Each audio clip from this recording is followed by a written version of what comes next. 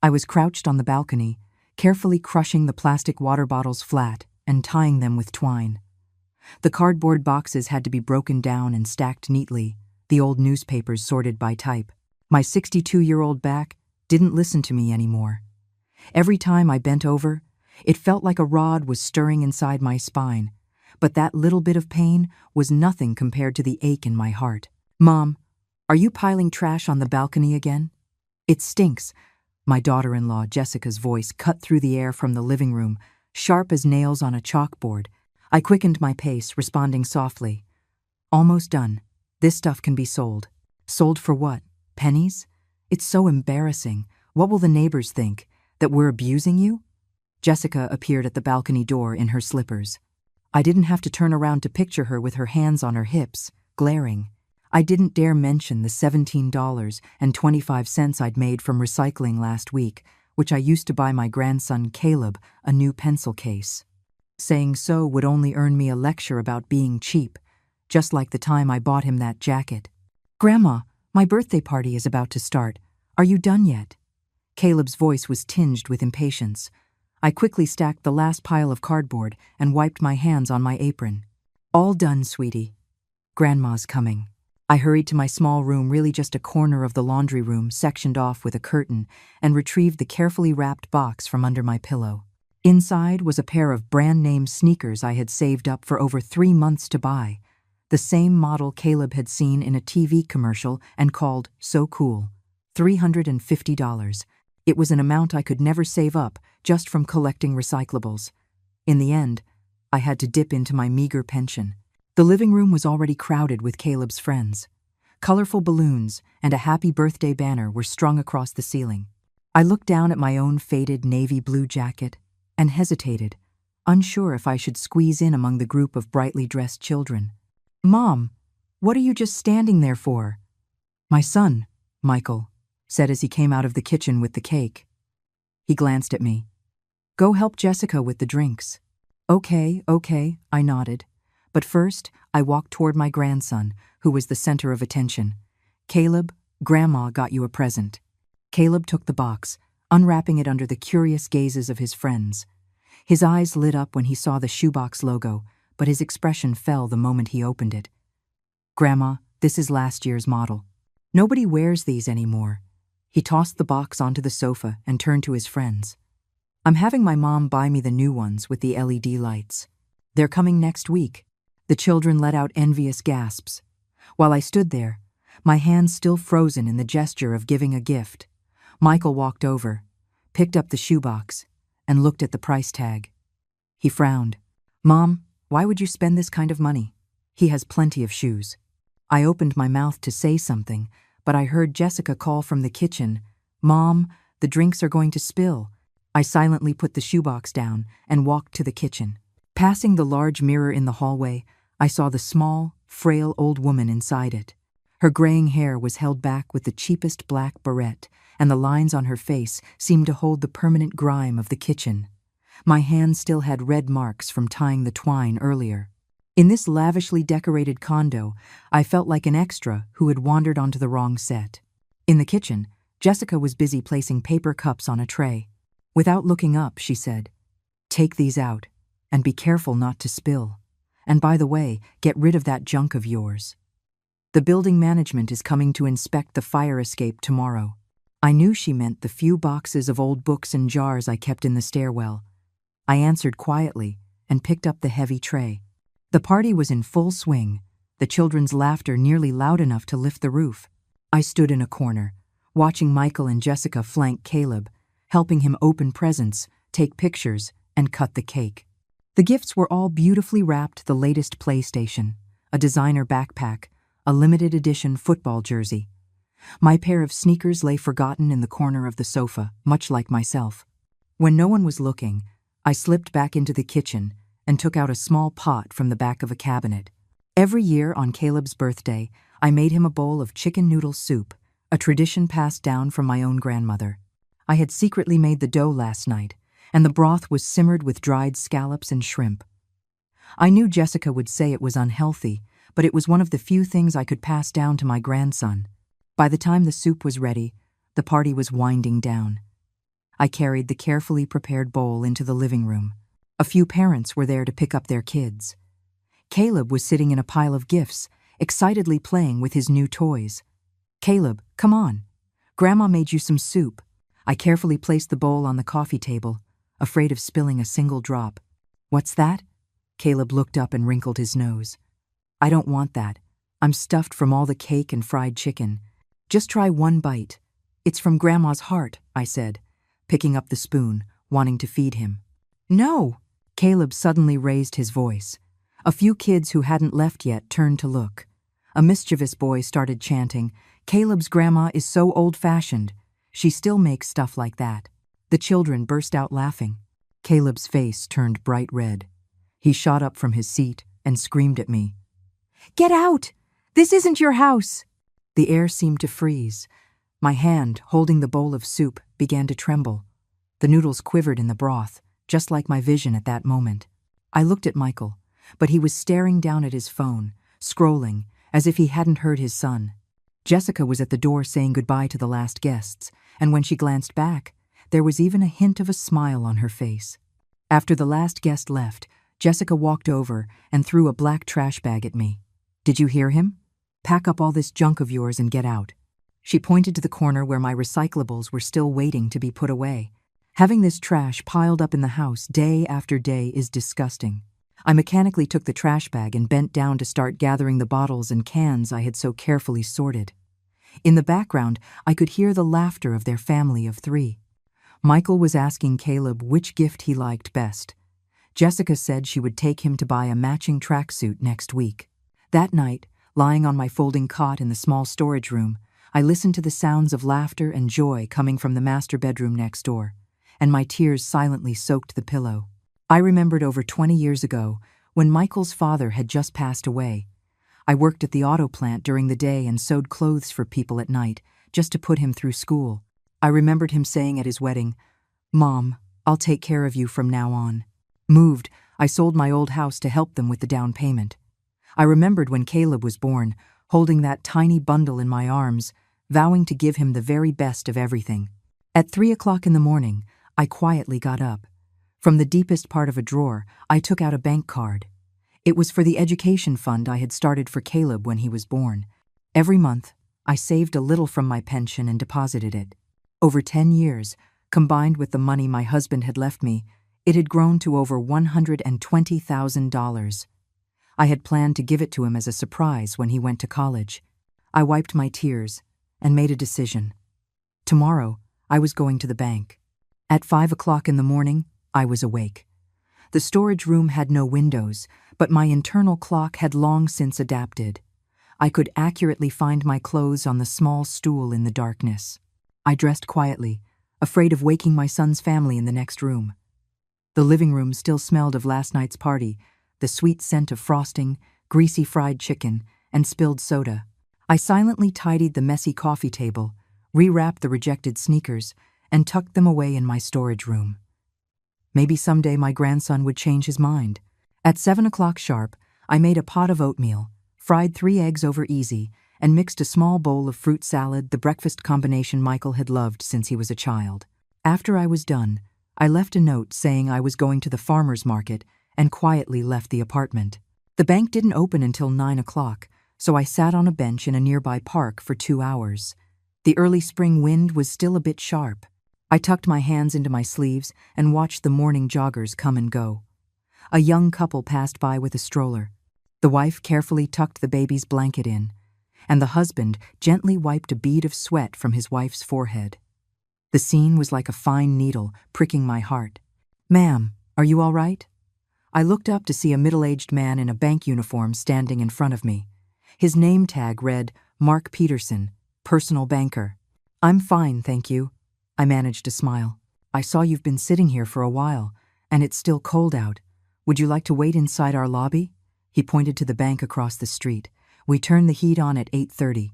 I then realized my fingers were red from the cold.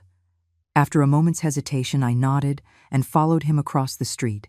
The bank lobby was indeed much warmer. Mark poured me a cup of hot water and brought me a newspaper. "What can I help you with today? I can get your ticket for you in advance." "I want to close a college savings account," I said, pulling the slightly worn bank card from my pocket. Mark took the card and, after looking it up on his computer, his expression changed to one of surprise. "Mrs. Reed, this is the education fund account in your name. It's been active for 10 years. If you close it now, you'll lose some of the accrued interest. Besides, the beneficiary, Caleb Reed, is still a minor." "I know," I interrupted him. "I just want to close it." Mark seemed to want to say more, but in the end, he just nodded. "All right, I'll prepare the paperwork for you. However, for a premature withdrawal of this size, it requires the branch manager's signature. It might take a little while." While I waited, my phone rang 3 times. The first call was from Michael, asking if I'd be home for lunch. The second was from Jessica, saying the building manager was coming for an inspection today and telling me to hurry back and clean up. The third was from Caleb, who immediately asked me to buy him the newest video game cartridge. I handled each of them, saying I had an errand to run and would be home later. After hanging up, I noticed Mark looking at me thoughtfully. "Mrs. Reed, are you sure you want to close this account?" he asked in a low voice. "I see you've made deposits every single month, rain or shine. The current balance is over $120,000. My hand trembled slightly. That money included my late husband's life insurance, my pension from all these years, and every penny I'd saved from recycling. Every time I made a deposit, I imagined the look of surprise on Caleb's face on the day he got into college when I would hand him this card. I'm sure I heard my own voice, unusually firm. Signing, confirming, transferring, the whole process was finished by almost 11 o'clock. As Mark handed me the transfer receipt in an envelope, he hesitated. "Mrs. Reed, if you ever need any financial advice, you can always come to me. Our bank has programs specifically for seniors." "Thank you," I said, cutting off his sales pitch as I took the envelope. "But I won't be needing that." Walking out of the bank, the sunlight was so bright it hurt my eyes. I stood on the steps, momentarily unsure of where to go. Home? That storage room could no longer be called a home. Go shopping? Besides the $120,000 I had just transferred, I hadn't even brought enough money to buy a cup of tea. "Eleanor? Is that you, Eleanor Reed?" I turned my head and saw a white-haired old woman waving at me. She was pushing a shopping cart full of groceries and walked over with a wide smile. "Carol?" I recognized her. We used to be old neighbors, living in the same building before the neighborhood was gentrified. "It really is you," Carol exclaimed, grabbing my hand warmly. "I thought it looked like you from a distance, but I wasn't sure. Where have you been all these years? I heard you moved in with your son." I nodded, not knowing where to begin. But Carol had already started talking. "Oh, I just moved to this area last month. My son bought me a condo in a retirement community. Do you remember old Mr. Roberts? The one from the old neighborhood association? He lives around here too. We started a seniors book club. We meet every Wednesday. Do you want to come?" My first instinct was to refuse. Michael and Jessica hated it when I participated in what they called those silly activities, saying it was undignified. But the words that came out were, "Yes, I'd like that." Carol happily jotted down my number and insisted on giving me a bag of apples she had just bought. "The book club is this Wednesday at 2 o'clock in the afternoon on the second floor of the community center. You have to come." Then she lowered her voice. "A lot of us ladies there. Well, we get a lot of grief at home. We all look out for each other." My heart skipped a beat. I couldn't believe Carol had seen right through my situation. As we parted, she suddenly asked, "Eleanor, do you still do your embroidery? I remember your work was just beautiful." I shook my head. Those needles and silk threads had been thrown out long ago by Jessica, who called them space-wasting junk. It was almost noon when I got back to the apartment. As soon as I walked in, I could feel the tense atmosphere. Michael was sitting on the sofa with a dark expression. Jessica was clattering pots and pans in the kitchen, and Caleb had locked himself in his room, the sound of his video games blasting through the door. "Mom, where have you been?" Michael put down his phone, his tone unfriendly. "I went to the market, and then I had to stop by the bank." I kept my head down as I changed my shoes, avoiding his gaze. "The bank?" Michael's voice suddenly rose.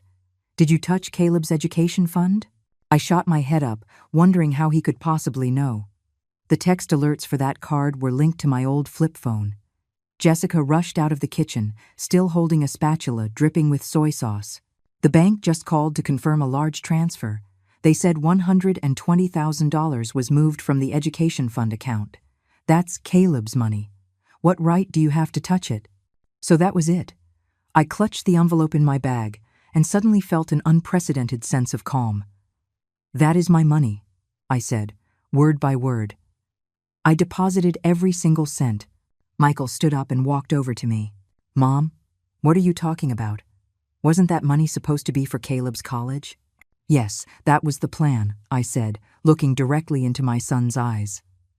"But that was on the condition that this was my home, and Caleb was my grandson." The air was still for a few seconds before Jessica's expression suddenly changed. She forced an exaggerated smile. "Mom, don't misunderstand. Caleb was just overly excited yesterday. He didn't mean what he said. You raised him. How could he not see you as his grandmother?" She then shouted toward the bedroom.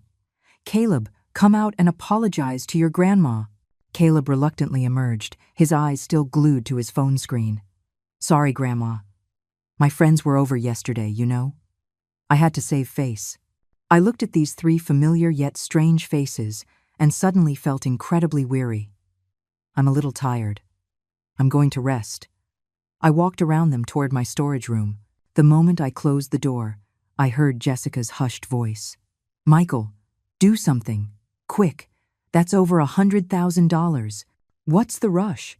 The money's not going anywhere," Michael's voice was calculating. "Just humor her for now. We'll talk her into transferring it back later." I sat on the edge of my cot and pulled out the photo of my late husband from under my pillow. "Honey," I whispered, "did I do the wrong thing?" In the picture, he was still young, with a gentle smile, but he couldn't give me an answer. In the afternoon, Sarah Jenkins, the community outreach coordinator, made a surprise visit to promote senior citizens' rights. Michael and Jessica had to put on smiling faces, serving her tea and water. Sarah was a capable woman in her 40s who spoke directly. "Our community is promoting activities to respect and care for the elderly, with a special focus on the living conditions of seniors who live with their children." She handed me a business card. "Mrs. Reed, if you need anything at all, you can call this number. It's answered 24 hours a day." Jessica immediately chimed in. "Oh, don't you worry, Miss Jenkins. We take wonderful care of my mother-in-law." We gave her a big, south-facing room, and we cook all sorts of special meals for her. I watched her lie without blinking, thinking of the so-called big, south-facing room that was actually a converted laundry porch, freezing in the winter and sweltering in the summer, without even a proper bed.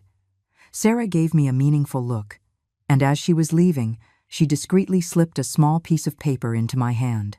After they saw her out, I made an excuse to take out the trash. Downstairs, I unfolded the paper. It read, "If you need help, the community has a temporary shelter." I clutched the note in my hand, suddenly realizing that my situation was obvious to any outsider. On Wednesday afternoon, I told Jessica I was going to the supermarket and quietly made my way to the community center. Pushing open the door to the book club room, I was surprised to find a dozen or so seniors inside, deep in a lively discussion. Eleanor. Carol saw me first and hurried over to take my hand. "Everyone, this is the Eleanor I'm always telling you about.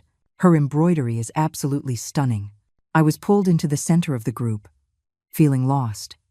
Just then, an elegant older woman with gold-rimmed glasses stood up and extended her hand to me. "I'm Catherine Bishop. I was a high school English teacher before I retired. Welcome to our book club." Her hand was warm and dry, and she squeezed mine with a gentle force, as if transferring some kind of strength. I noticed a book on elder psychology in front of her, its pages filled with notes.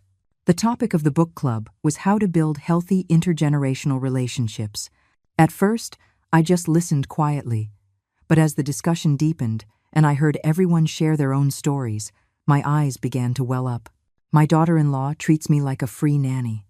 All the childcare and housework falls on me, and she still complains I don't do it right," said a woman with a full head of silver hair, wiping her tears. "My son took my pension card, saying he'd manage it for me. Now he only gives me $500 a month for spending money, another elderly gentleman said indignantly. Catherine gently tapped the table. Everyone, let's not just stop at complaining. We need to think about why this is happening and how we can protect our own rights. She passed out a stack of papers. These are the key points of the elder abuse prevention laws that I've compiled. We need to know that the law is on our side.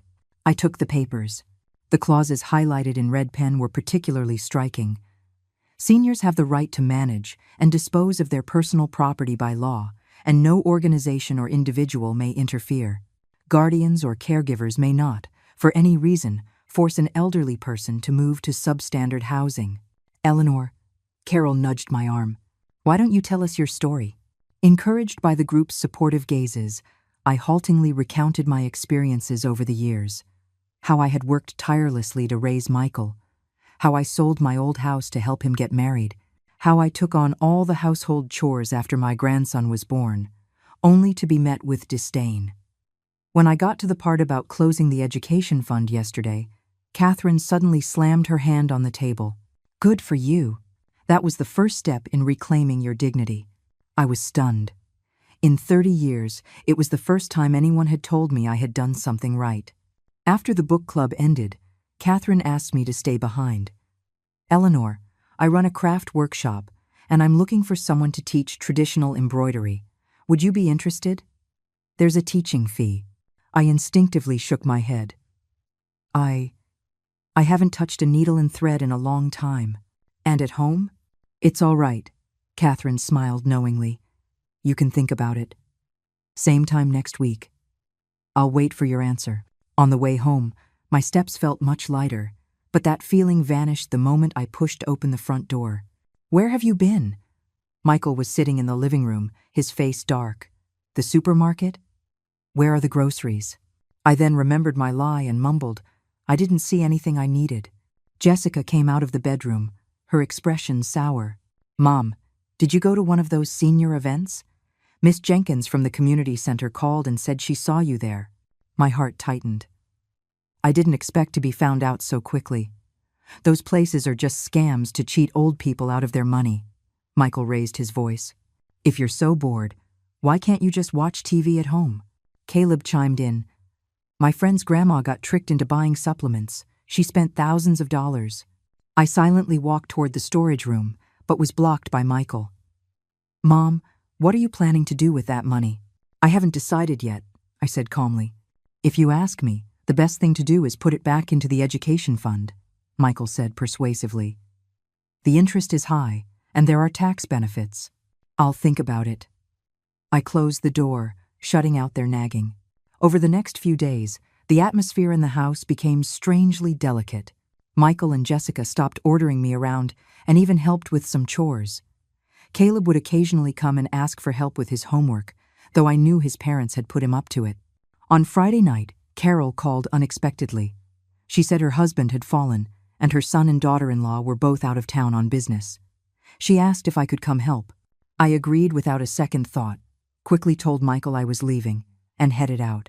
Carol's place was in the next building over. Her husband was in bed with a large bump on his forehead. Carol and I put an ice pack on it, gave him his medicine, and were busy until after 10 o'clock at night. As I was leaving, Carol held my hand with tears in her eyes. Eleanor, thank you so much for today. At my age, I really didn't know what I would have done. Call me anytime you need help, I said, patting her back. It was almost 11 o'clock when I got home. The moment I walked in, I was stunned by the scene before me. Michael, Jessica, and Caleb were all sitting in the living room, their faces like stone. Mom, so you decided to come back, Jessica said sarcastically. We were about to call the police. I was helping Carol. Her husband fell and hurt himself, I explained. Carol? The one who organizes that book club? Michael sneered. Since when did you two become so close? Caleb added fuel to the fire. Grandma, are you abandoning us? I stood there, suddenly feeling the world spin. The scene before me began to warp, and Michael's voice seemed to come from far away. Mom? Mom? What's wrong? Then there was only darkness. When I woke up, I was in a hospital bed. Michael was by the window, on the phone. The doctor said it was a minor stroke. Yeah, she needs to be observed for a few days. Money isn't a problem. The old woman just cashed out over $100,000. Seeing I was awake, he quickly hung up and forced a smile. Mom, how are you feeling? I opened my mouth, but my face felt numb on one side, and my speech was slurred. I'm fine. After an examination, the doctor spoke gravely to Michael. The patient is showing symptoms of a mild stroke and needs absolute rest. Emotional distress is a trigger. You family members need to be more caring and not agitate her. Michael readily agreed, but after the doctor left, he complained. See, Mom? You're getting sick is such bad timing. I was up for a promotion at work, and now I have to take time off to look after you. Jessica came in with a fruit basket, and her first words were, Mom, the hospital bills will have to come out of your money. We're a little tight on cash right now. I closed my eyes and pretended to be asleep. On my third day in the hospital, a new patient was moved into the bed next to mine. She was an elderly woman in her 70s named Dorothy. She had a broken bone from being pushed down by her son. My no-good son wanted to sell my house, Dorothy whispered to me when the nurse was gone. I refused, so he got physical. Thank goodness a neighbor called the police. I was shocked. How could he do that? Oh, honey. There are a lot of kids like that these days. Dorothy sighed. I heard you got sick because your grandson yelled at you. I nodded, suddenly feeling that my own ordeal wasn't so unbearable after all. Listen, sister, at our age, we have to live for ourselves a little. Dorothy patted my hand. I'll die before I let him sell that house. When I get out of here, I'm going straight to a lawyer to draw up a will. I'll donate it to charity before I leave a dime for that monster. Her words were like a beam of light cutting through my muddled thoughts. She was right. I had worked hard my whole life. Why couldn't I live for myself for a few days? On the day of my discharge, the doctor repeatedly warned me to rest and avoid emotional stress. Michael promised profusely, but the moment we were out the door, he was complaining about how expensive the parking was. When we got home, I found my storage room had been completely ransacked. They had obviously been looking for the bank card with the $120,000. Mom, where did you put the card? Let me keep it for you so you don't lose it, Jessica said with false sincerity. I'll keep it myself, I answered curtly, clutching my purse to my chest. That night, when they weren't looking, I sewed the bank card into the lining of my quilted winter coat. My husband had bought it for me 10 years ago. They thought it was old-fashioned and never bothered to touch it. Lying in bed, feeling the rough fabric of the coat, I made a decision. Next Wednesday, I was going to tell Catherine that I would teach that embroidery class. The first week after my discharge, I used my health as an excuse to stay in the storage room most of the day. At first, Michael and Jessica feigned concern, but once they saw I was mostly fine, they reverted to their old ways. The only difference was they no longer searched my things openly, but did it secretly when I was in the shower or out of the house. Wednesday arrived quickly. After lunch, I told Jessica I had a follow-up appointment at the hospital and left. The sun was lovely and warm. I made a special detour to a flower shop and used the spare change I kept hidden in my shoe to buy a small bouquet of baby's breath. It was a gift to myself for my new life. The community center was especially lively today. A health seminar for seniors was being held in the main hall, and in the second-floor craft room, 7 or 8 students were already seated. When Catherine saw me, her eyes lit up. "Eleanor, you came."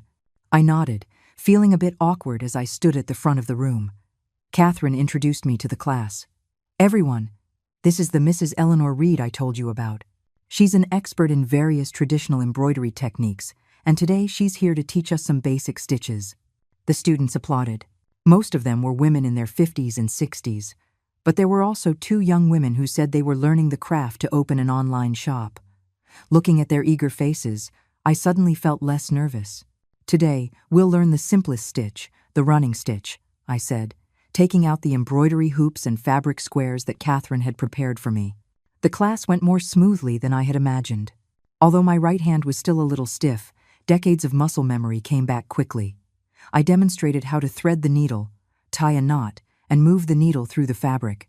The students were very attentive.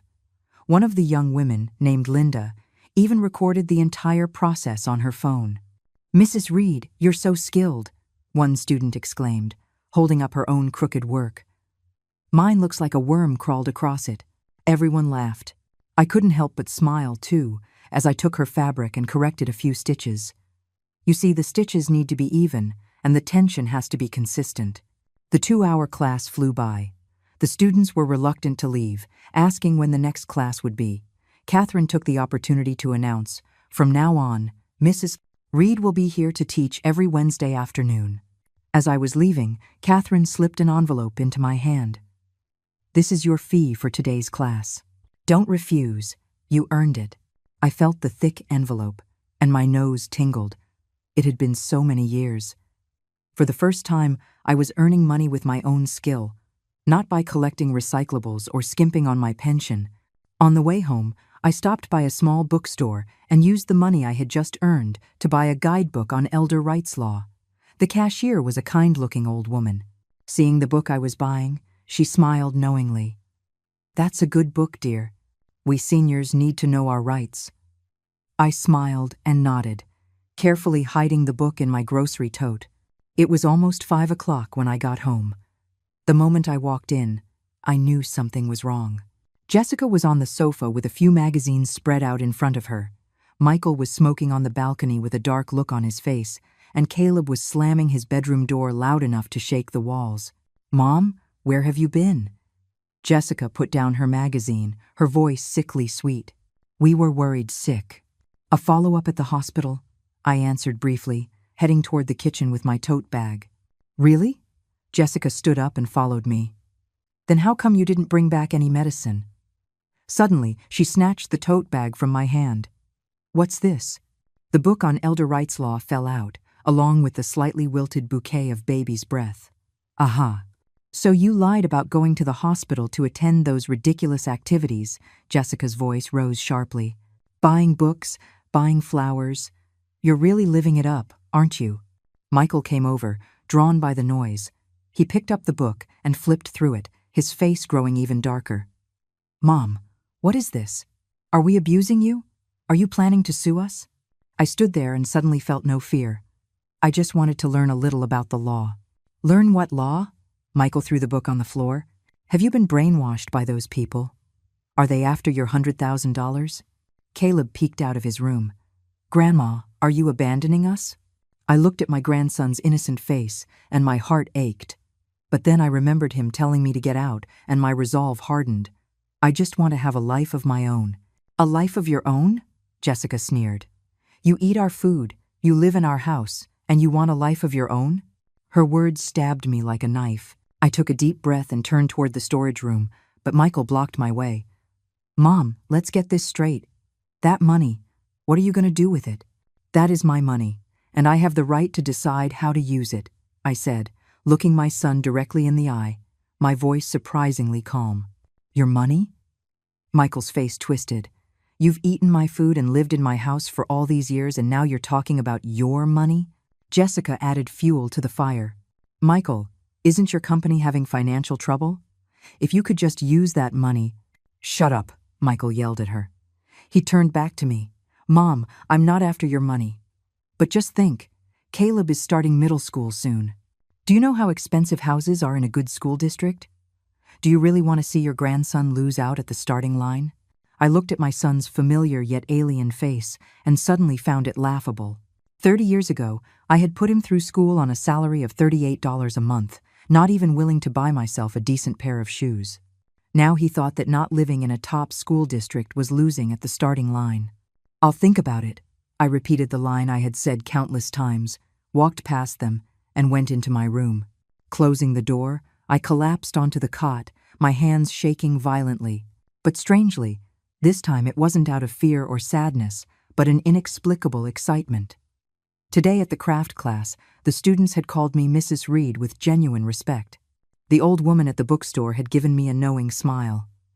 Even just now, facing my son and daughter-in-law's accusations, I had managed to calmly talk back. All of it gave me a sense of power I hadn't felt in a long, long time. I pulled a small box from under the mattress. Inside were my late husband's belongings, a faded American flag pin, a photo of us when we were young, and the note he wrote me before he passed away. Eleanor, live a good life. In the photo, we were standing in front of our old house. I was holding a 3-year-old Michael in my arms, and he was smiling so happily. We were poor then, but at least we had respect and love for each other. Outside the door, the sound of Michael and Jessica arguing broke my reverie. It's all your fault, being so harsh with her. Now the 100,000 is gone, Michael's voice accused. My fault? Why don't you talk about your own ungrateful mother? She lives off us, has all that money, and won't help out. Jessica's shrill voice replied. Keep it down, she can hear you. So what if she hears? I'm not afraid of her. I shook my head with a sad smile and took out the money I earned today. $50.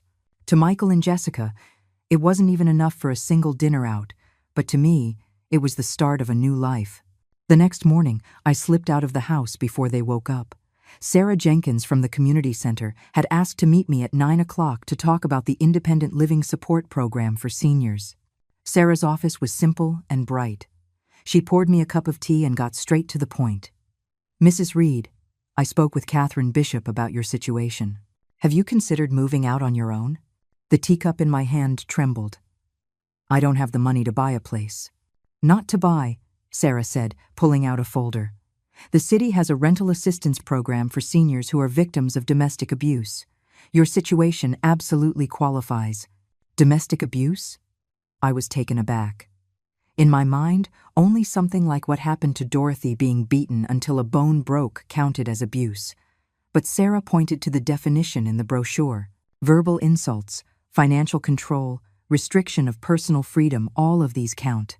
Her words made me think of Jessica telling me to get out, of Michael holding onto my pension card, of them forbidding me from attending community activities.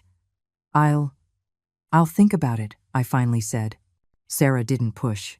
She just gave me more brochures and contact information. You can call me anytime. On the way home, I detoured to the neighborhood where my old house used to be. It had long since been demolished and replaced by a high-end shopping mall. Standing in the bustling plaza, I realized with stark clarity that my home had ceased to exist 10 years ago when I sold that house. That storage room was merely a place to stay. It was almost noon when I got home. The moment I walked in, Jessica yelled at me, "Mom, where have you been?" Caleb got into trouble at school. The teacher wants to see a parent. It turned out Caleb had pushed a classmate during gym class, and the other child had scraped his knee. Since Jessica and Michael both had to work, the task naturally fell to me. "You'll have to pay the medical bills," Jessica said matter-of-factly. "We're tight on cash right now." I nodded silently, thinking I would have to dip into my meager savings again. But this time, I didn't just swallow my anger as usual. "I'll go, but you have to promise me one thing." "What is it?" Jessica asked warily. "From now on, every Wednesday afternoon, I'm going to the community center to teach my craft class. I've already promised them, and I can't go back on my word." Jessica and Michael exchanged a look and reluctantly agreed. "Fine, but don't let it interfere with your chores here." That afternoon, I went to the school and settled Caleb's dispute. The other parent was reasonable enough and accepted $500 for the medical expenses. On the way back, Caleb was unusually quiet. "Grandma," he said suddenly as we were nearing home, "do Mom and Dad really want your money?" I was startled. "Who told you that?" "I heard them arguing last night. Dad said if he couldn't get the money, he would get laid off.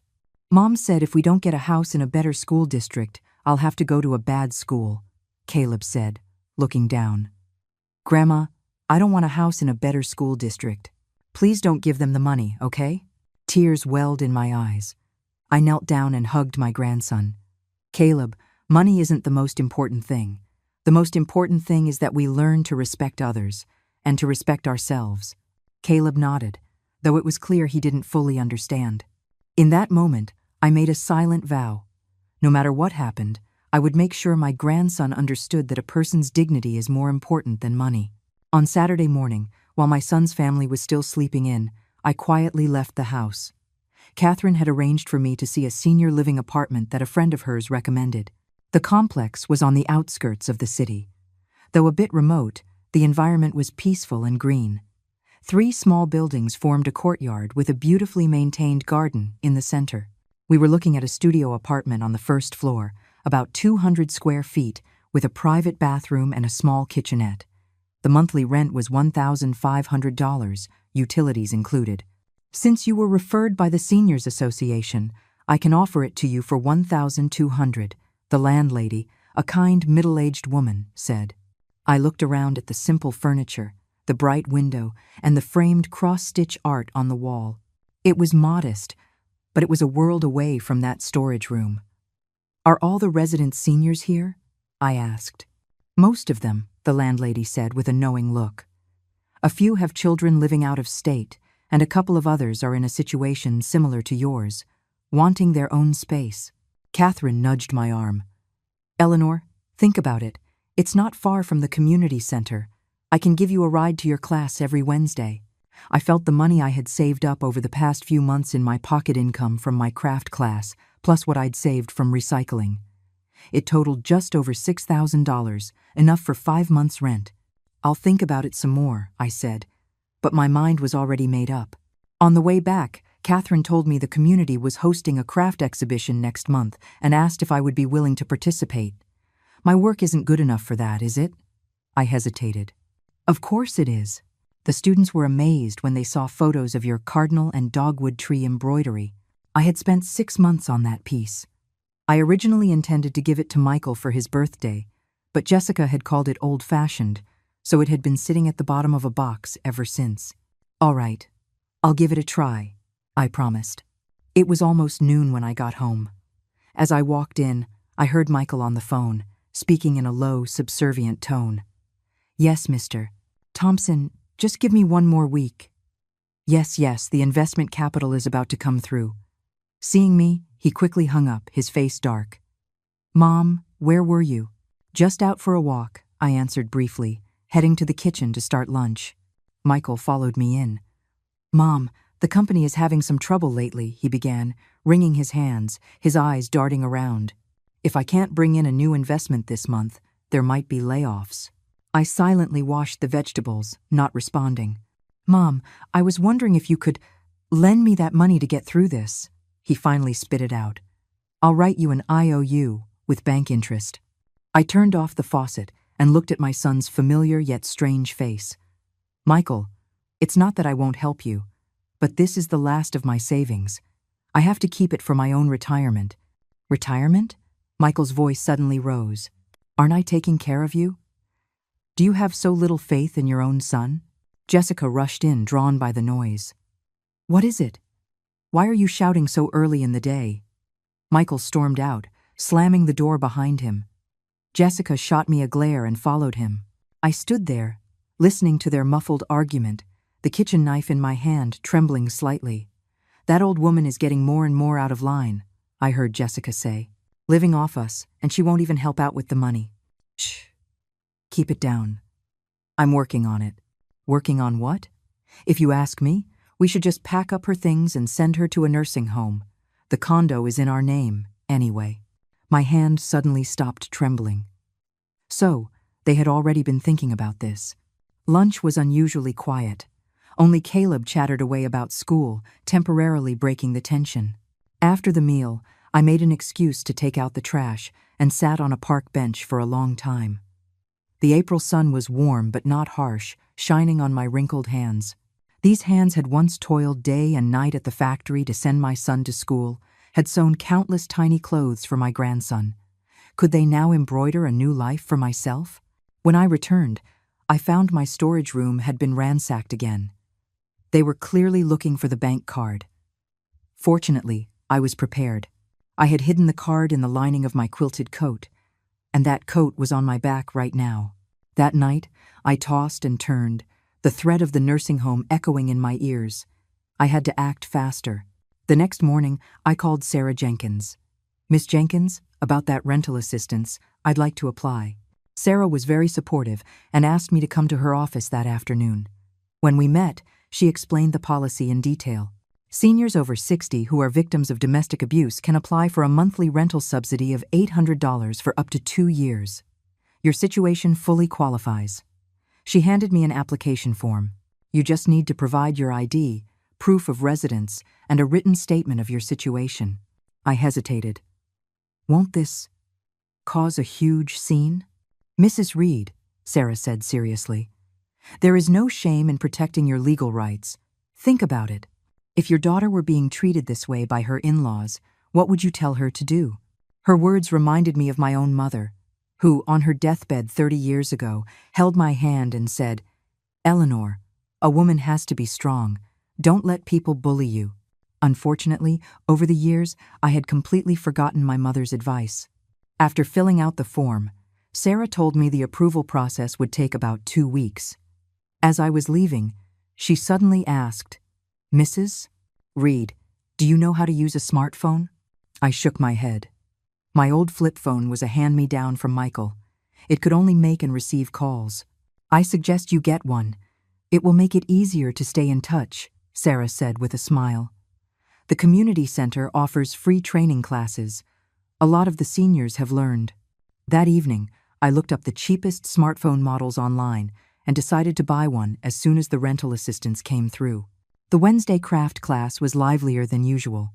Linda brought in several small embroidery samples she had made following my instructions, and they looked surprisingly good. Another student, a woman named Wendy, showed off a collection of traditional embroidery pieces she had found in her family's old home in the countryside. Mrs. Reed, is this stitch the one you taught us last time? Wendy asked, pointing to a faded piece. I put on my reading glasses to get a closer look. This is the French knot stitch, a bit more complex than what I taught. I couldn't resist picking up a needle and thread to demonstrate. See, you have to wrap the thread like this. After class, Catherine excitedly told me that the community exhibition was set for the 15th of next month. Your cardinal and dogwood tree will be the main feature, right at the entrance, she said with a smile. And we'd like you to do a live embroidery demonstration. A local TV station might even come to cover it. I was both excited and anxious.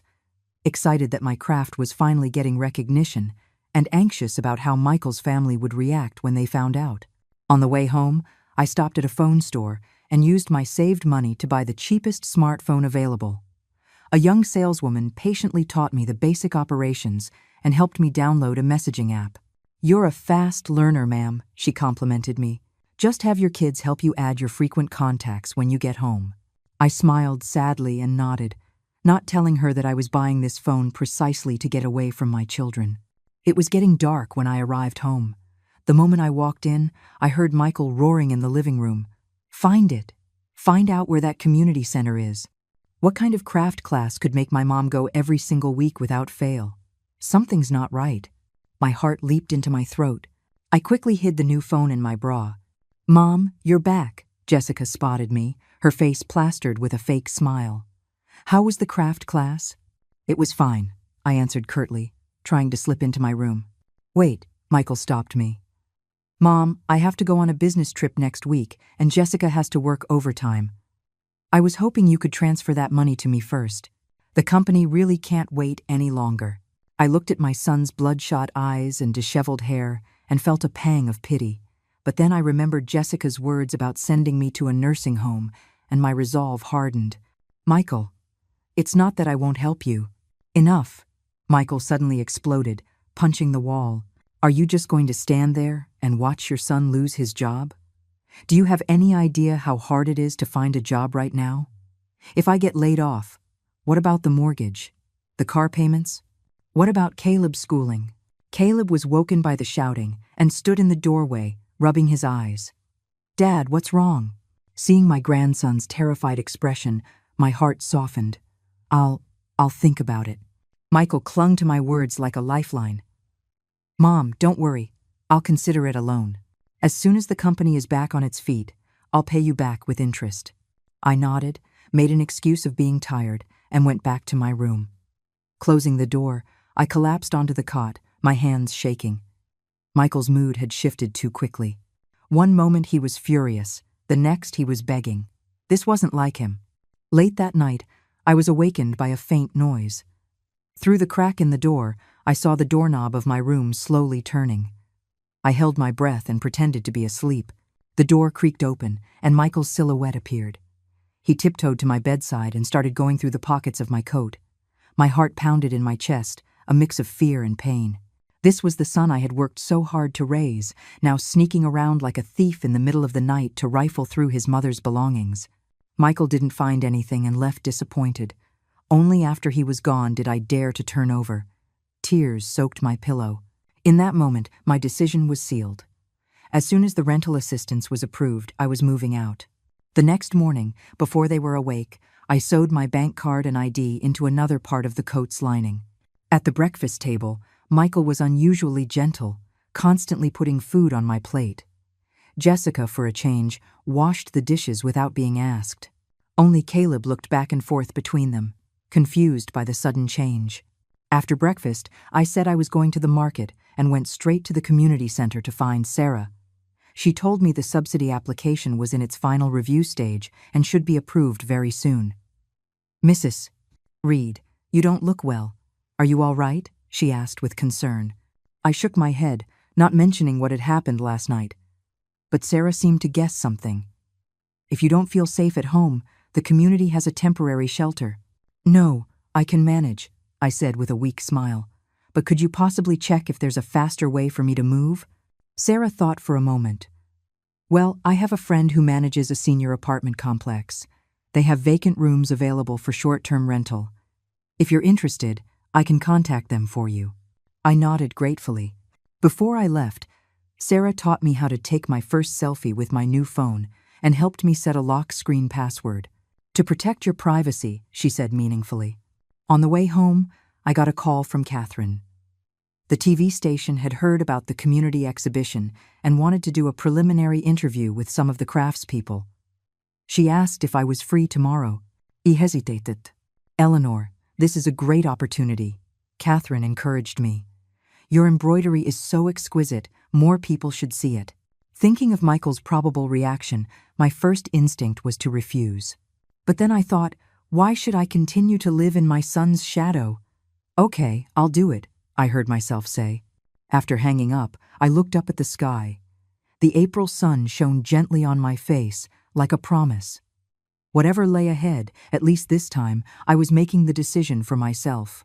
The week before the community exhibition, I spent nearly all my time perfecting the cardinal and dogwood tree piece.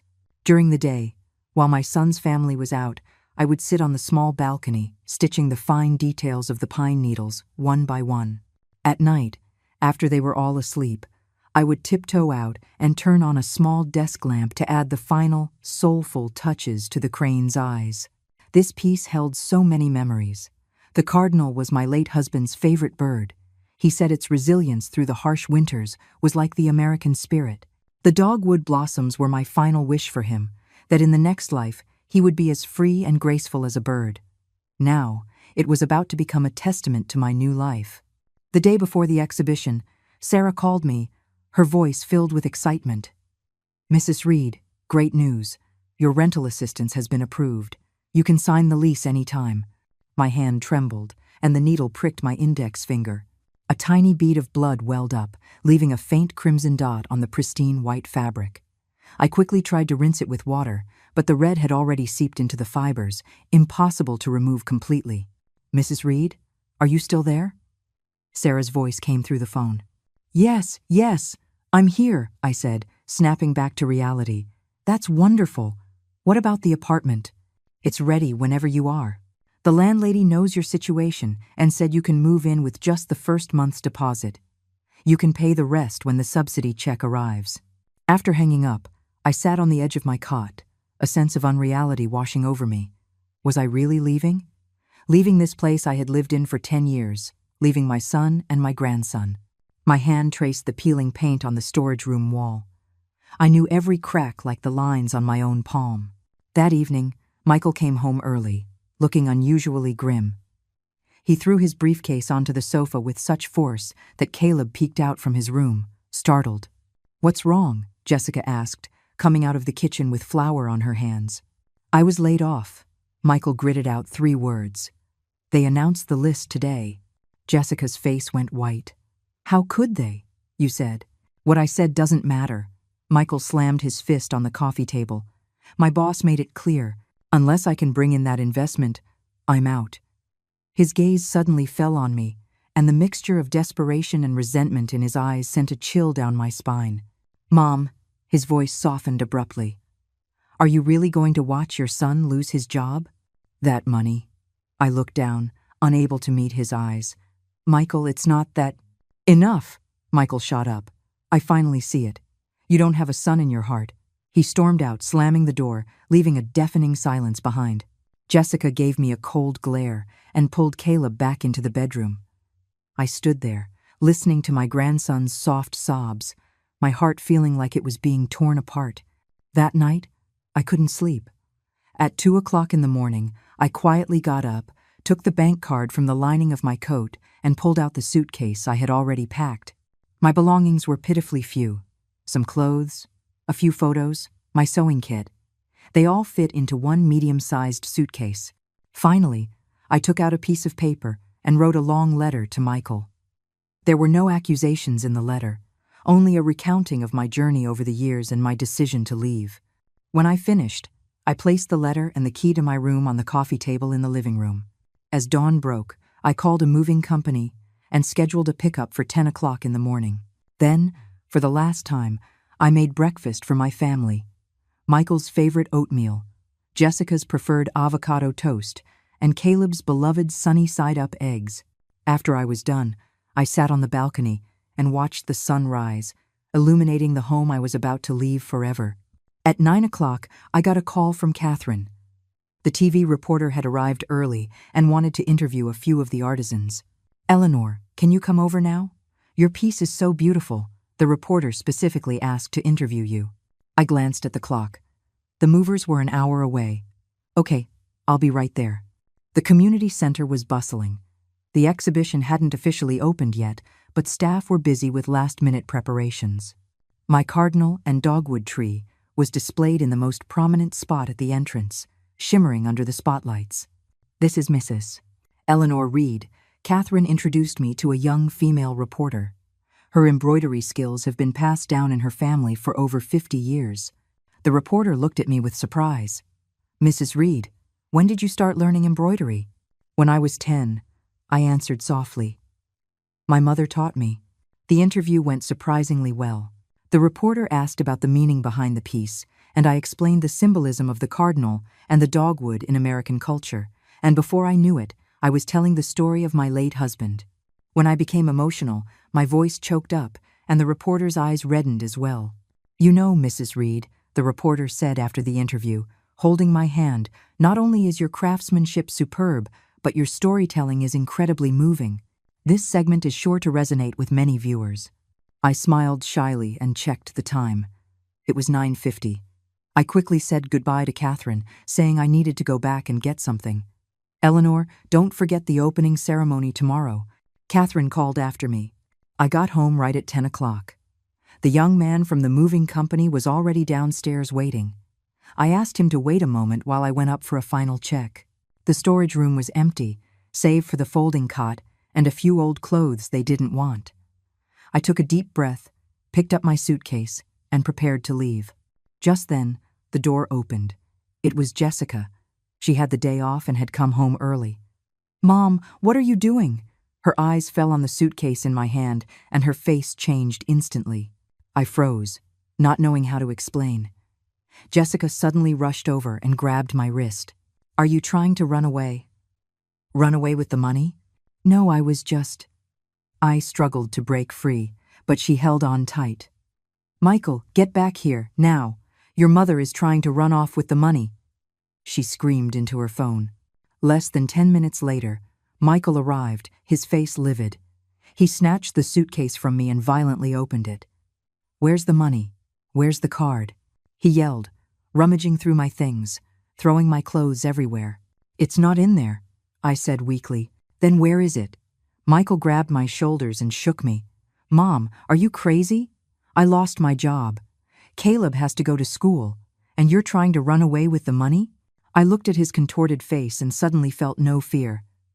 "That is not your money," I said word for word. "It is my retirement fund." "Your retirement fund?" Michael sneered. "You've eaten my food and lived in my house for all these years, and now you're talking about your retirement fund?" Jessica was already on the phone again. Hello, police? I have an old woman here who's trying to abscond with a large sum of money. I stared at her in shock, unable to believe she would go this far. Just then, the doorbell rang. It was the mover, getting impatient. "Who is it?" Michael yelled, going to the door. "Hello, we're from Reliable Movers, here for Mrs. Eleanor Reed." Michael's face turned crimson. "Get out," he yelled at the mover. "Who called you?" The mover, startled, took a step back. "A Mrs. Reed scheduled it yesterday." I seized the opportunity to break free from Jessica and ran to the door. "I called them. I told the mover. Please wait, I'll be right out." "Mom!" Michael grabbed me. "You are not leaving this house today." The scene descended into chaos. The mover stood awkwardly in the doorway. Jessica was still on the phone with the police. Michael was holding onto my arm for dear life, and Caleb, woken by the noise, was crying in the hallway. Just then, my phone rang. It was Sarah Jenkins. "Mrs. Reed, the landlady said you can sign the lease today. Would you like to come over now?" Her voice came through the speakerphone, clear as day. Michael snatched the phone. "Who is this? Are you trying to scam my mother out of her money?" There was a moment of silence on the other end. Then Sarah's firm voice came through. "Excuse me, are you Mrs. Reed's son? This is Sarah Jenkins from the Community Senior Services Center. Your mother has applied for the Independent Living Subsidy, and we have an appointment to sign the lease today. If you have any questions, you are welcome to come to the center for clarification." Michael was stunned, clearly not expecting this. I took the opportunity to get my phone back. "Sarah, I'm having a bit of a situation here. Could you possibly come over? The address is..." Half an hour later, Sarah arrived with a community lawyer and a police officer. The police had received Jessica's call, but after understanding the situation, they deemed it a domestic dispute, not a criminal matter. "Mr. Reed," Sarah said sternly, "your mother is a fully competent adult with the right to decide where she lives and how she manages her property. Elder rights laws clearly state that children may not interfere with a senior's freedom to manage their personal assets." Michael's face flushed. "I wasn't trying to interfere. I was just worried she was being scammed." "If that's the case, then you should respect your mother's decision all the more," the lawyer added. "In fact, Mrs. Reed has applied for a legitimate government subsidy program. There is no possibility of a scam."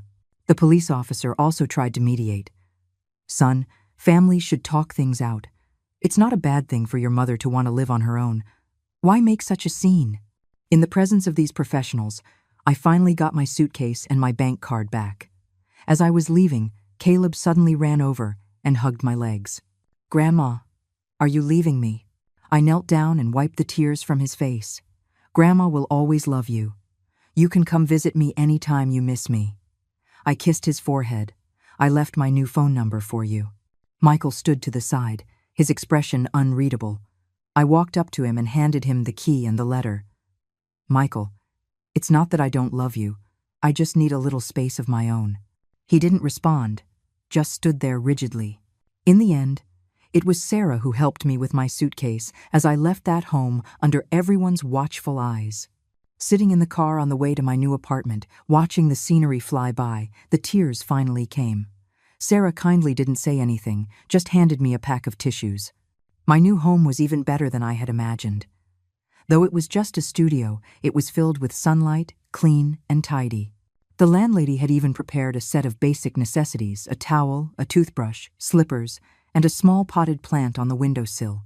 "What's all this?" I asked, surprised by the thoughtful gesture. "It's a donation from the Community Warm Seniors Project," Sarah said with a smile.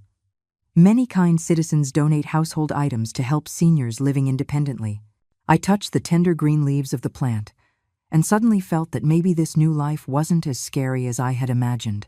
After I was settled, Sarah took me to the community cafeteria for lunch and helped me get acquainted with the neighborhood where the market was, the health clinic, the bus stop. It was evening when I returned to my new home. I sat by the window, watching the sunset, and for the first time, I felt a strange sense of peace. My phone buzzed. It was a text from Catherine. "Eleanor, your interview was on the evening news. Turn on the TV, quick." I fumbled with the old TV the landlady had left and turned it to the local channel.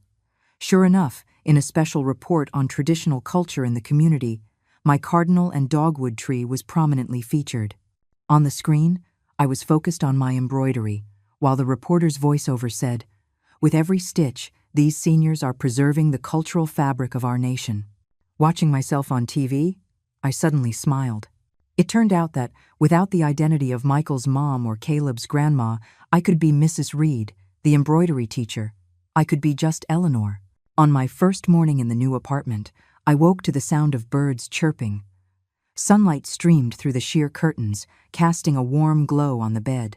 I lay there for a few seconds, disoriented, before realizing I was no longer in that windowless storage room. The kitchen was empty, but I cheerfully made myself a simple bowl of soup with some greens and a poached egg. As I sat at the small dining table, slowly enjoying my breakfast, I suddenly realized it had been 10 years since I'd had such a leisurely meal. At my son's house, I was always the first one up, busy preparing breakfast for the family.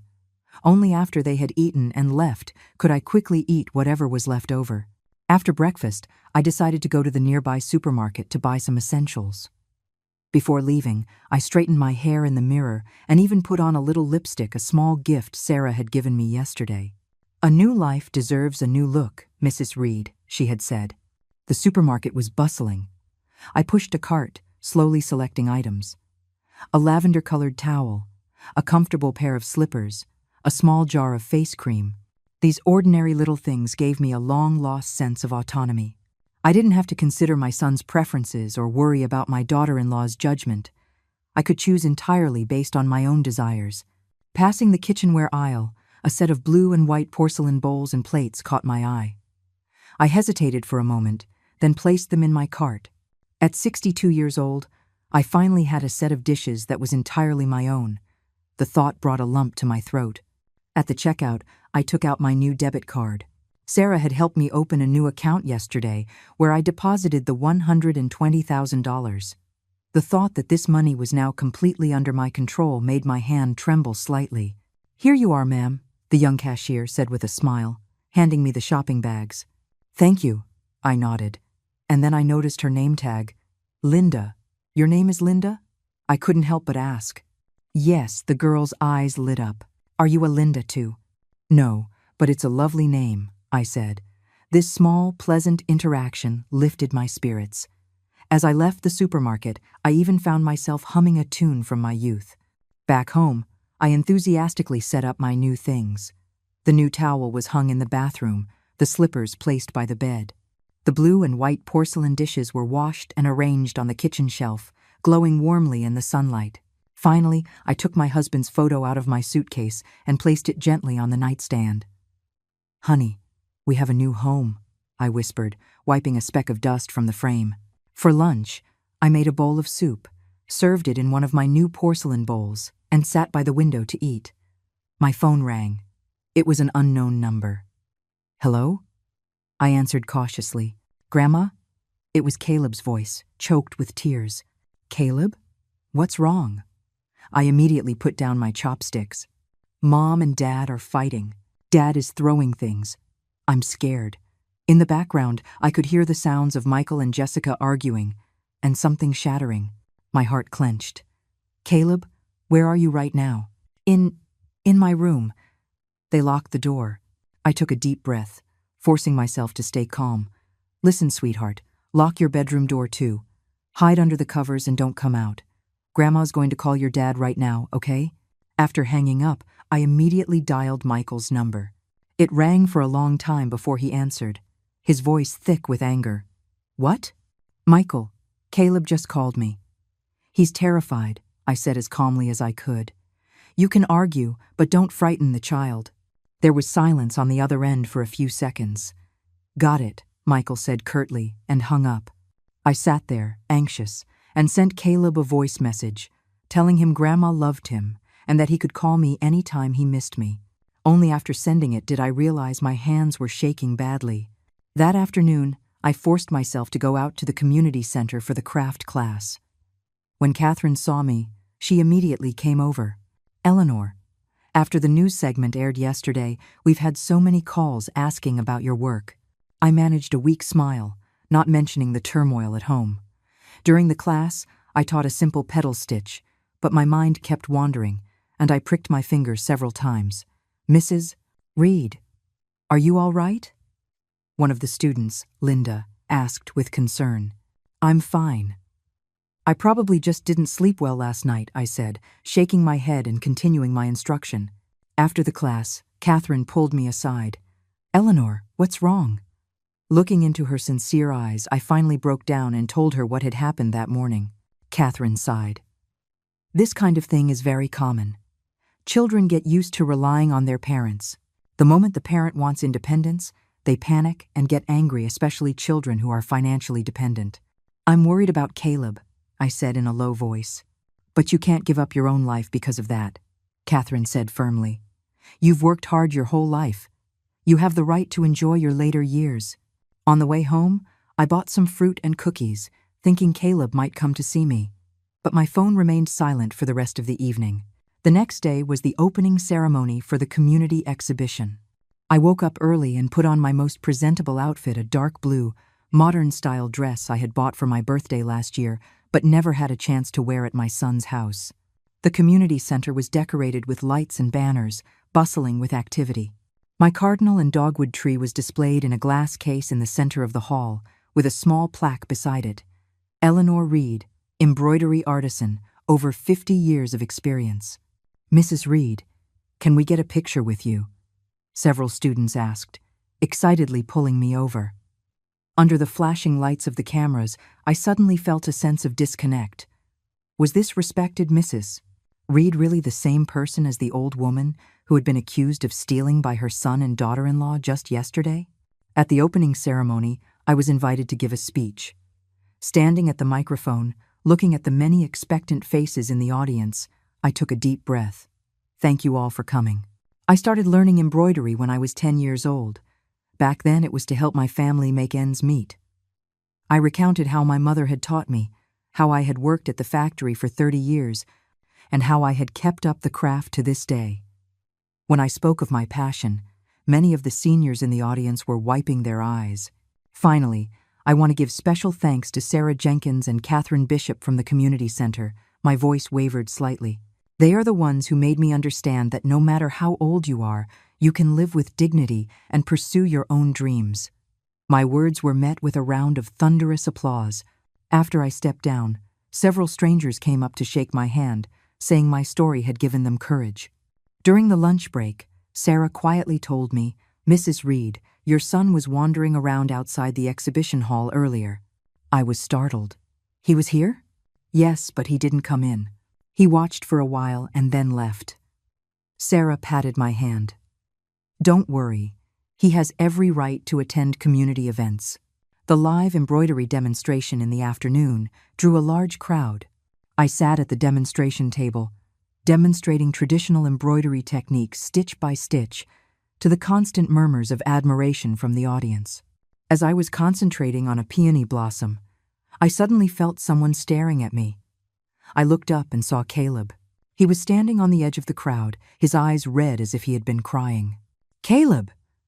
I put down my needle and thread in surprise and waved him over. Caleb hesitated for a moment, then slowly walked toward me. "Grandma," he said in a small voice, "your embroidery is really beautiful." I hugged my grandson, taking in his familiar boyish scent. "How did you get here?" "Dad brought me. He's waiting outside." My heart tightened. I looked toward the entrance and caught a glimpse of Michael's figure disappearing around the corner. "Grandma, Dad said you don't want us anymore," Caleb mumbled into my shoulder. "Silly boy, how could Grandma not want you?" I kissed his forehead. "Grandma just needs her own little space. You can come visit me anytime you miss me, okay?" Caleb nodded and pulled a crumpled piece of paper from his pocket. "I drew this for you." It was a crayon drawing of 3 people, crookedly drawn, a tall one for Michael, a small one for him, and me in the middle. "Dad said you moved out, so now it's just the 2 of us." Caleb's voice grew smaller. My nose tingled, and just as I was about to speak, Michael walked in.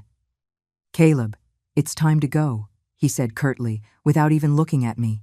"Dad," Grandma said she doesn't not want us. Caleb tugged on his father's hand.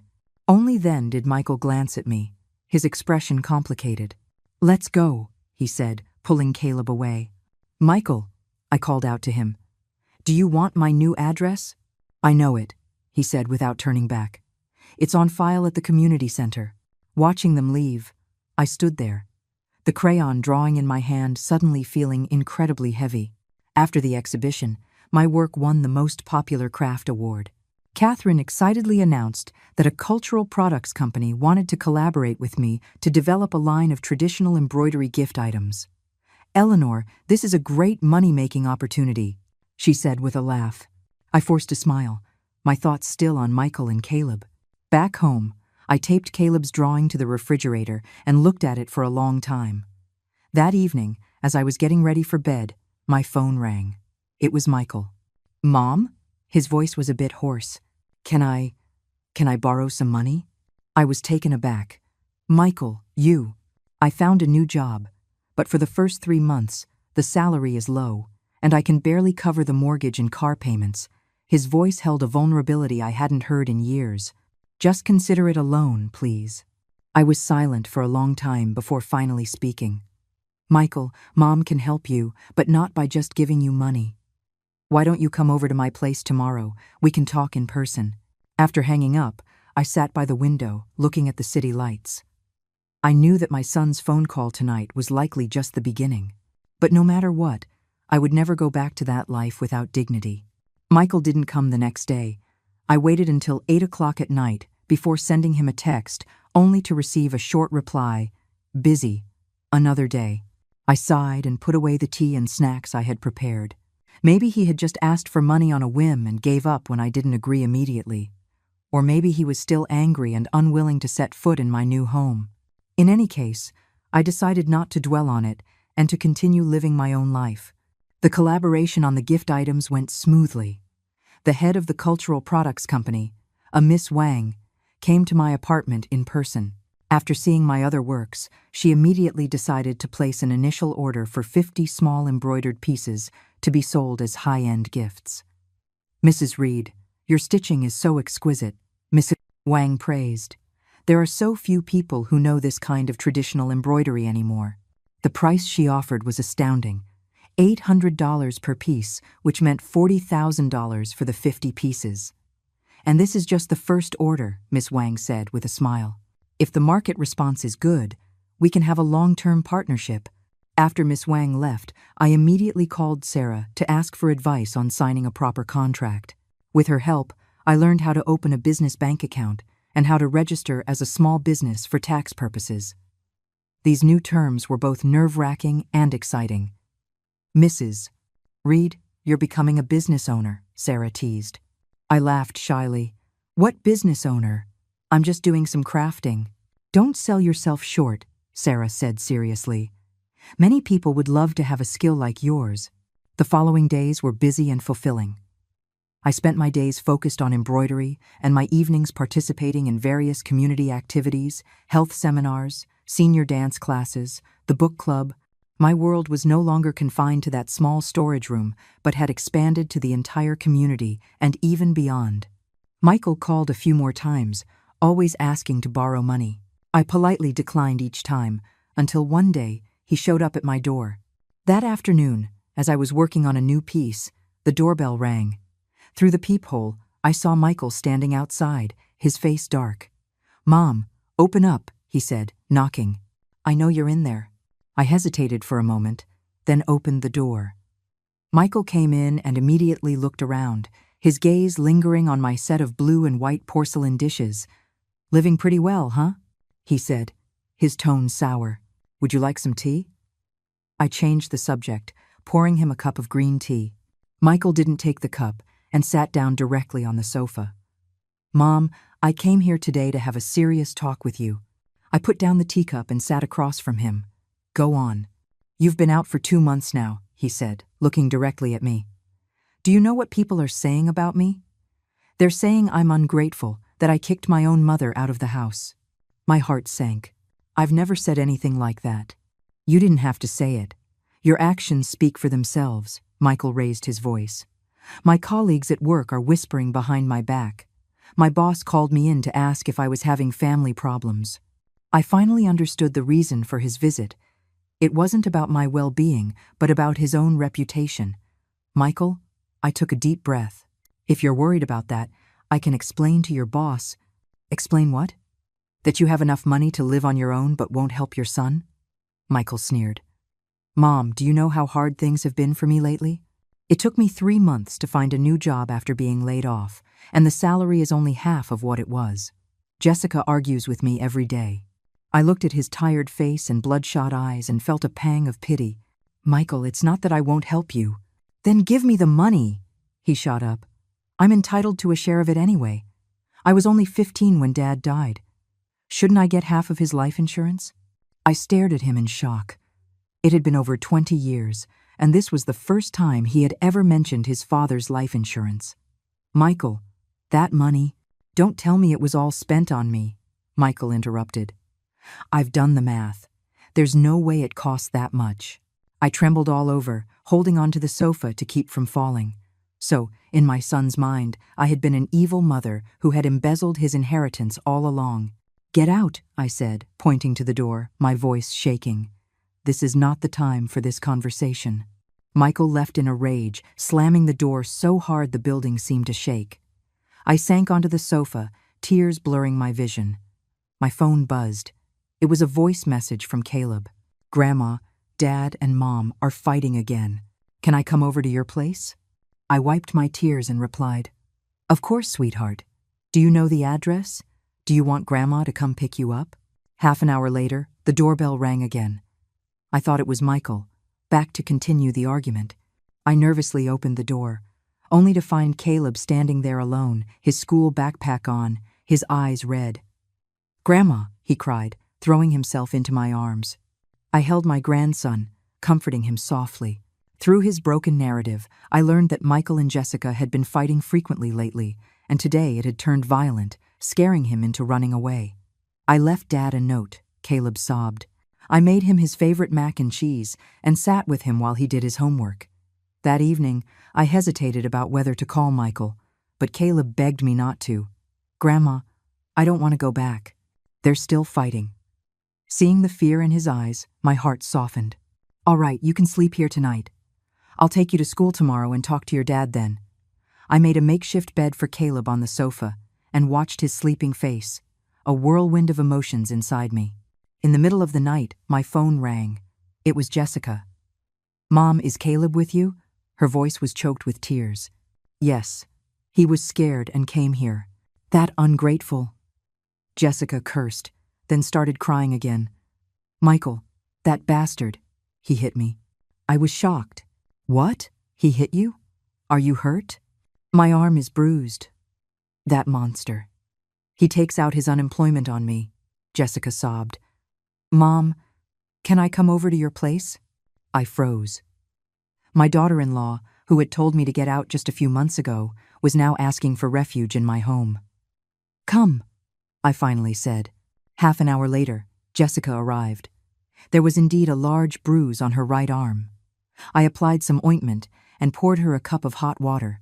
She held the cup and suddenly broke down, crying uncontrollably. Mom, I'm so sorry. I was so awful to you before. I patted her back, not knowing what to say. That night, 3 people slept in my small apartment, my grandson, my daughter-in-law, and me. What a strange combination, I thought.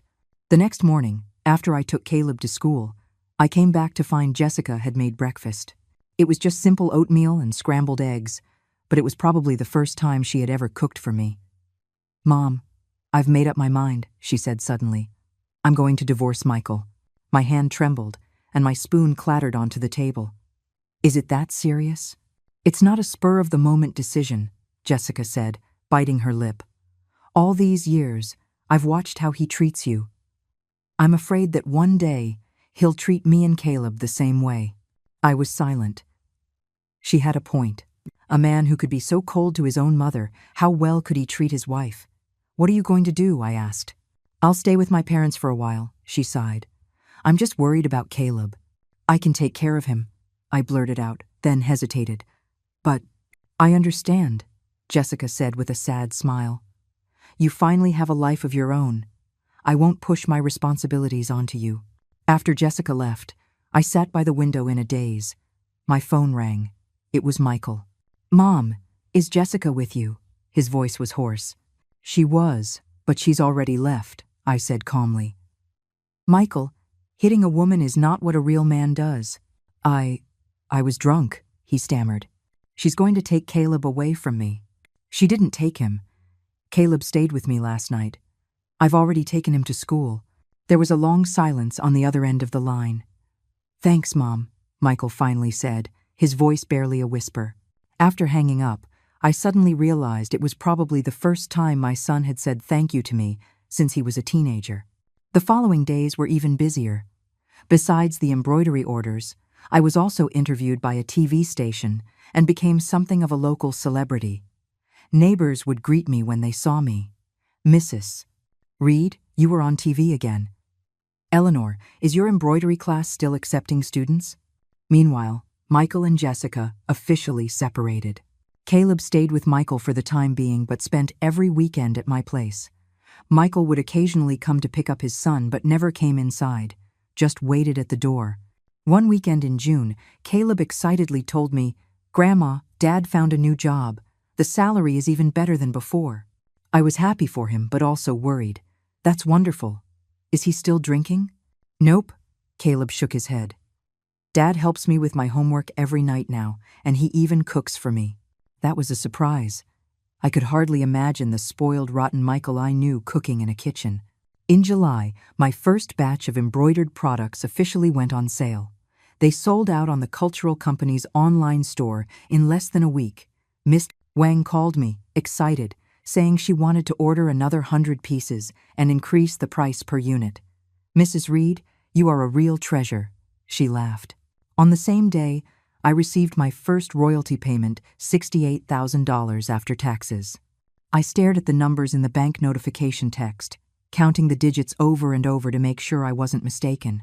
That evening, I invited Sarah and Catherine over for dinner, serving the dishes I had cooked myself on my blue and white porcelain plates. The three of us middle-aged women raised our glasses in celebration, our laughter filling the entire hallway. "Eleanor, what are your plans next?" Catherine asked. "I'm thinking of taking on a few apprentices," I said after a moment's thought. "To pass on this craft." "That's a wonderful idea," Sarah clapped her hands. "The community center can provide you with a space." Just as we were chatting happily, the doorbell rang. Who could it be at this hour? I wondered, opening the door. I froze. It was Michael, holding a fruit basket. "Mom?" He stood there awkwardly. "Can I come in?"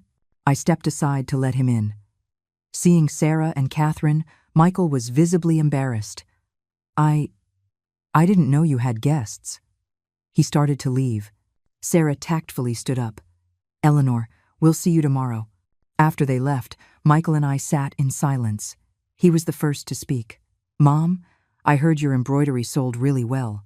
I nodded, waiting for him to continue. "That's great," he said, wringing his hands. I just wanted to come and see you." This son of mine, who used to order me around, was now sitting across from me, looking lost and unsure. I felt a mix of emotions. "Have you eaten?" I asked. "There's still food in the kitchen." "No, I already ate." Michael shook his head, then said suddenly, "Mom, I've started going to Alcoholics Anonymous." I was stunned. "Really?" He looked down.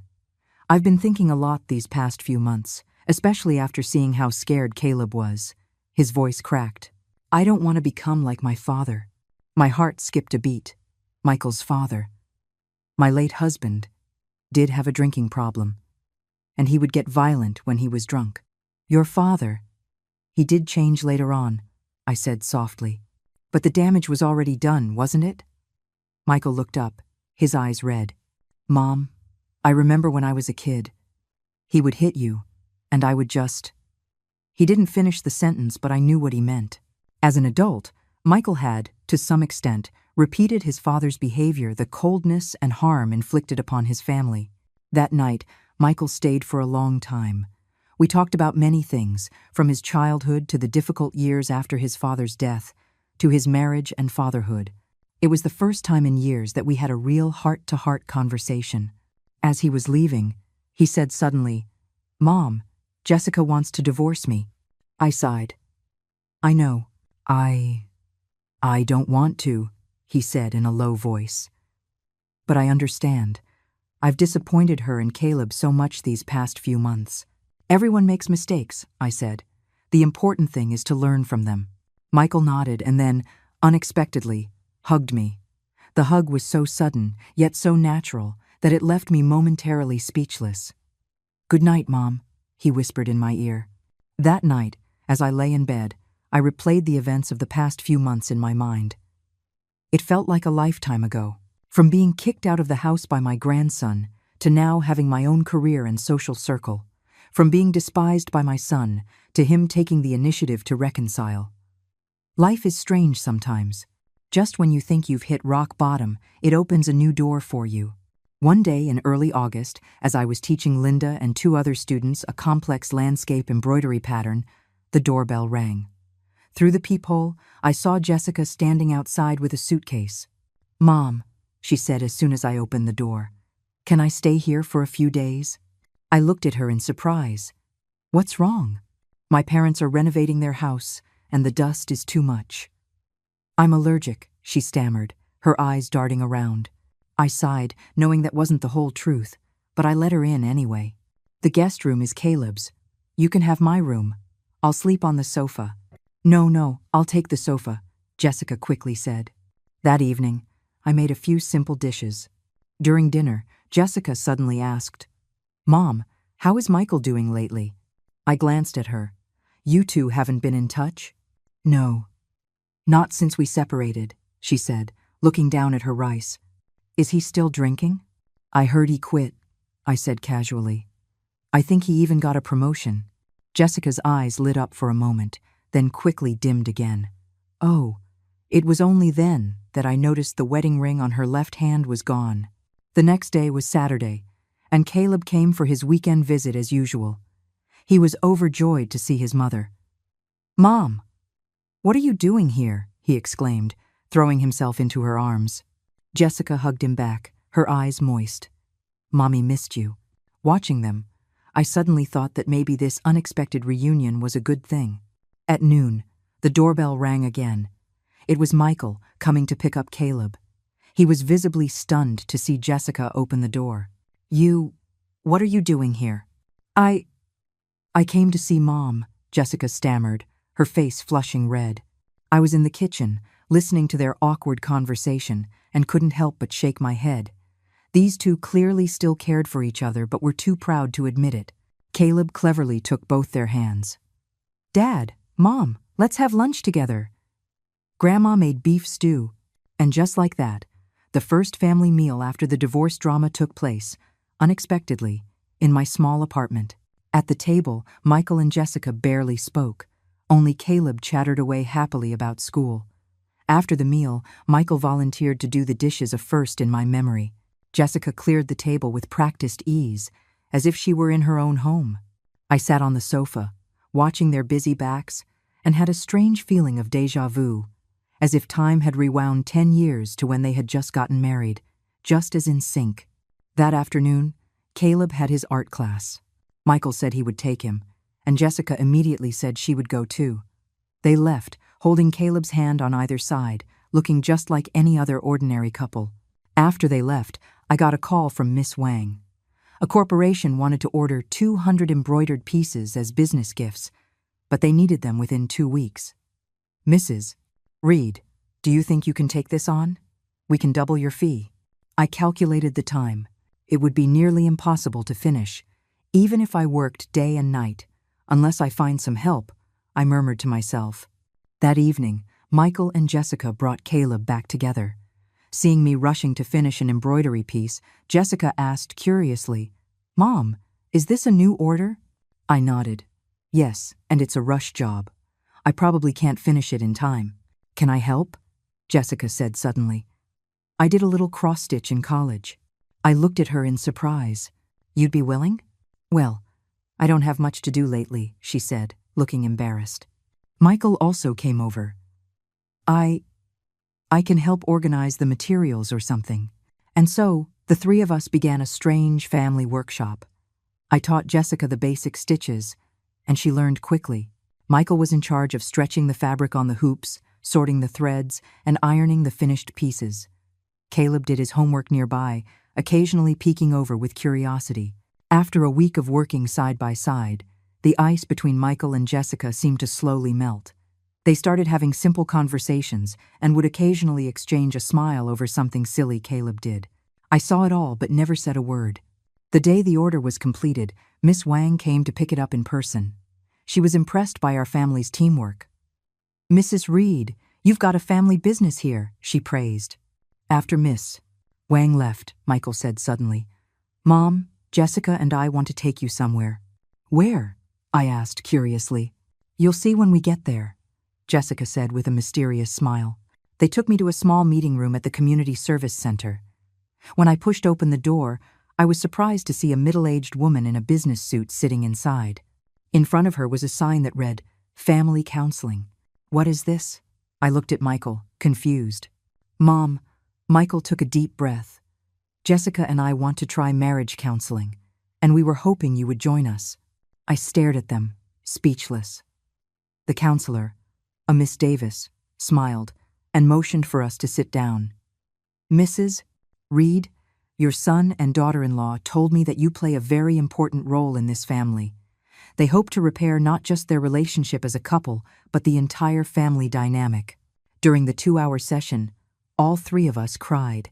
For the first time, Michael spoke in detail about his years of resentment toward me, resenting my high expectations, resentful that I always compared him to his father, resentful that I controlled his life. "Mom, do you know why I was so cold to you?" he said, tears streaming down his face. "It was because I always felt that no matter what I did, I could never live up to your expectations." Only then did I understand that my strict demands and silent sacrifices had been perceived as control and pressure by my son. Jessica also confessed that her harshness toward me was partly out of jealousy. "I saw how indifferent Michael was to you, and I thought that was the way to please him," she sobbed, "and then it just became a habit. When it was my turn, I spoke of my years of loneliness and grievances, and when I got to the part about being kicked out of the house by my grandson, Caleb suddenly burst in from outside. He had been hiding in the hallway, listening the whole time.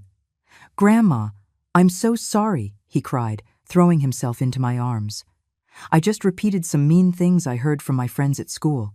I've regretted it ever since."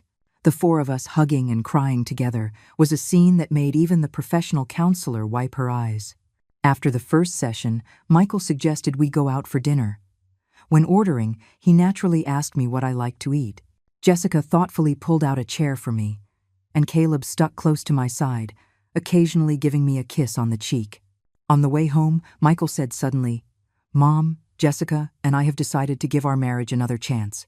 Jessica, blushing, added, "But we want to take it slow, starting with weekly family counseling sessions."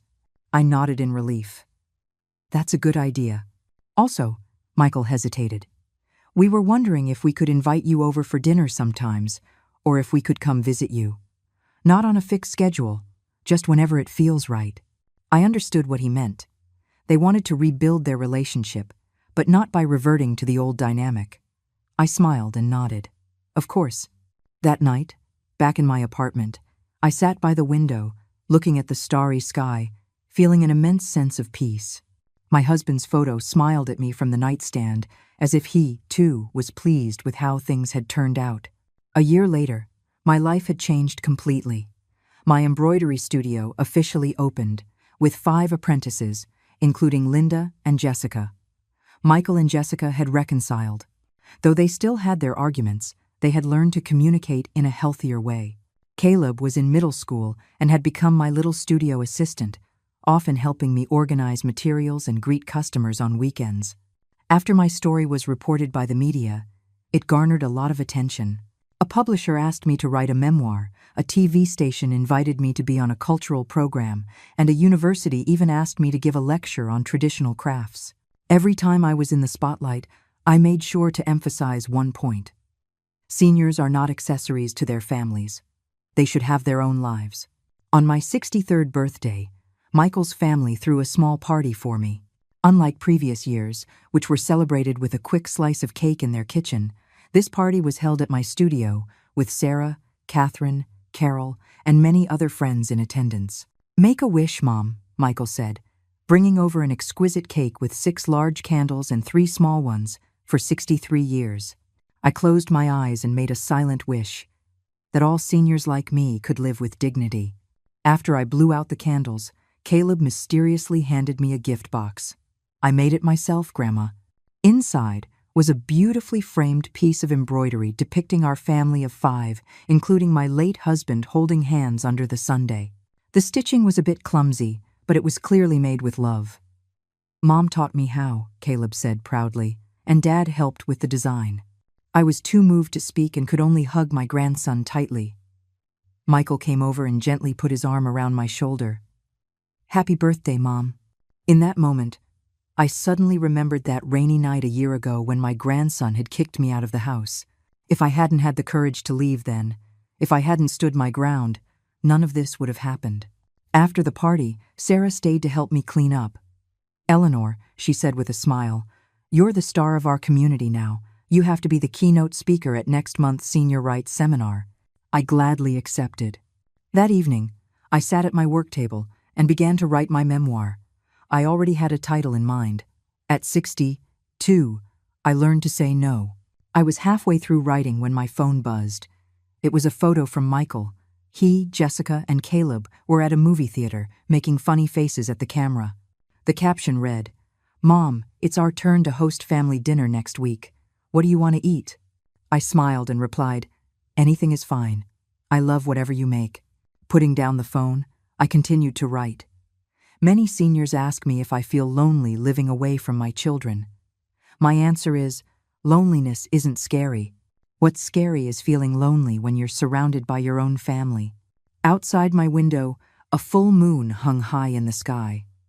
My husband's photo watched me quietly from the bookshelf, as if to say, "Eleanor, you did the right thing."